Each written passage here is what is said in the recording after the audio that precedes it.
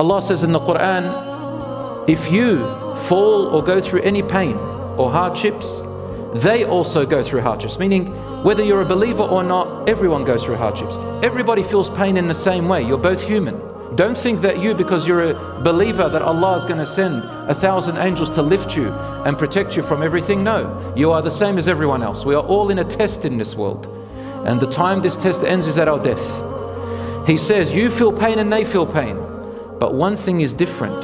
وَتَرْجُونَ مِنَ اللَّهِ مَا لَا يَرْجُونَ. You as believers in the truth of the Quran and Sunnah, the truth of what Allah subhanahu wa ta'ala has presented, you have a hope. You have a hope which they cannot have. And I've heard on social media so many non-Muslims and even atheists have now coming up and saying, we have chosen now to read the Quran.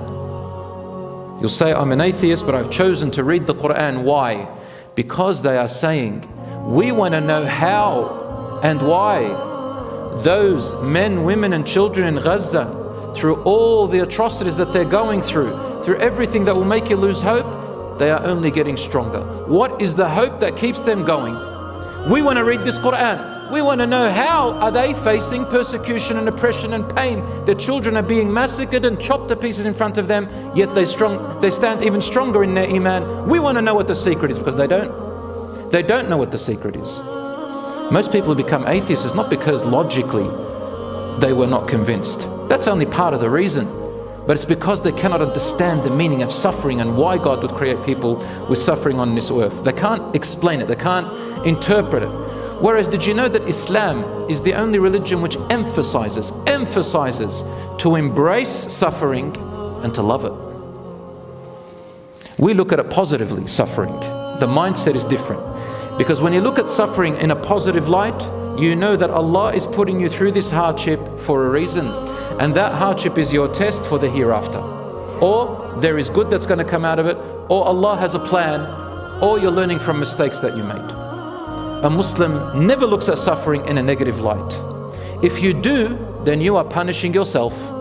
Don't ever ask the question, how do I know if Allah is punishing me or not? That's a wrong question.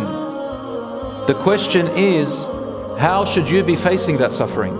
Which will determine if it becomes a punishment or a blessing for you. It's you. It was always been you. It's never been Allah, it's you. Allah gives you them as a blessing in disguise. Didn't you hear when Allah says, Inna ma'al usri yusran, inna ma'al usri yusra. As a matter of fact, indeed, with every one hardship, there are many eases. And Allah repeats it again. With every hardship, there are many eases. Meaning, suffering is a blessing in disguise. A child, a baby, does not learn how to walk and stand up without falling many times. They have to feel the pain. They don't know that the fire burns until they feel the heat. You don't know what forgiveness is until somebody has done something wrong to you, or you've done wrong to them. You don't know what mercy is until blessings are taken away and comfort. We don't know. You don't become a doctor. You don't become a leader. You don't become a helper. You don't become a person of welfare and a person who does goodness without seeing the opposite, the suffering. You don't follow the truth without knowing the false. You don't know the good without knowing the evil. Brothers and sisters, Allah subhanahu wa ta'ala has created us in this world for a test.